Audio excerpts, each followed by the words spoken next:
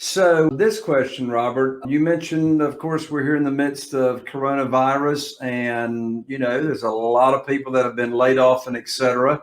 I mean, you got a lot of doors, you got a lot of Yeah. units, you got a large portfolio. And what I'm really excited about having you here on the show is because you just don't have one, two, three, or four or five single family houses. You've got a large number of doors, which really can give an indication as to really how much the economy is being affected with people, losing their income. So what kind of percentage rents are you able to collect, say, from 60 days ago? How well are your tenants paying? Right. So number one, you have to help the residents out. You have to help communicate with them because everybody's getting their information from somewhere. And more importantly, they are afraid.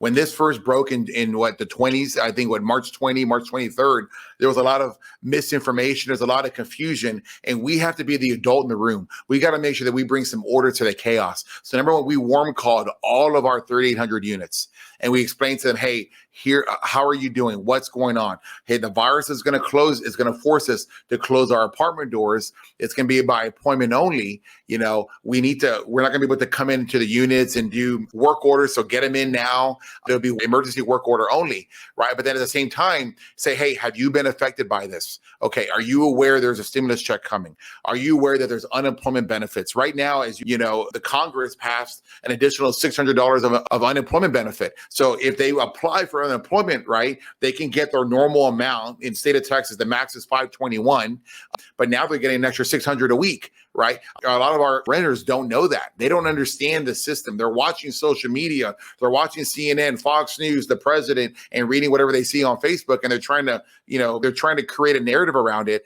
And it doesn't all work. They need to understand the benefits are there so that they don't get afraid. Because when people are afraid, they hoard. You saw it happen with toilet paper. You see it happening with eggs. You see it happen with the craziness, right? It's there. Supply is not getting cut. There was no shortage of toilet paper, right? There was no shortage of eggs, but people were afraid, so they hoarded. So you got to reduce the fear. We got to control the narrative of what's going on. So first thing we did was, hey, we're going to help encourage you to pay rent. So if you can pay your rent on time like you normally can, we'll give you 5% off rent the following month. That had a tremendous amount of benefit for us. By March 4th, we had collected 85% of the rent, which was very good for us compared to our peers and compared to other people nationally. So we were excited about that. Now we have to worry about, okay, how much more of the rent is out there? What can we do? Well, we created payment plans that work with everybody. We gave them due dates. We followed up with them. Again, in a very empathetic, sympathetic kind of way, because we're all in this together.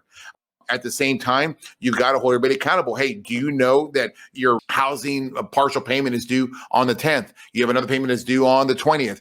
Are you going to be able to make your payment? Have you kept your employment? Have you applied for any of the assistance programs? Because again, if you're getting 600 plus 521, 1,100 a week, there's no reason that you shouldn't be able to cover your rent payment. But you get afraid and you have fear take control, and then you start to hoard and you don't pay. We've been very successful. We billed out over $3 million for the month of April. And as of this morning, we had collected 95% of the money.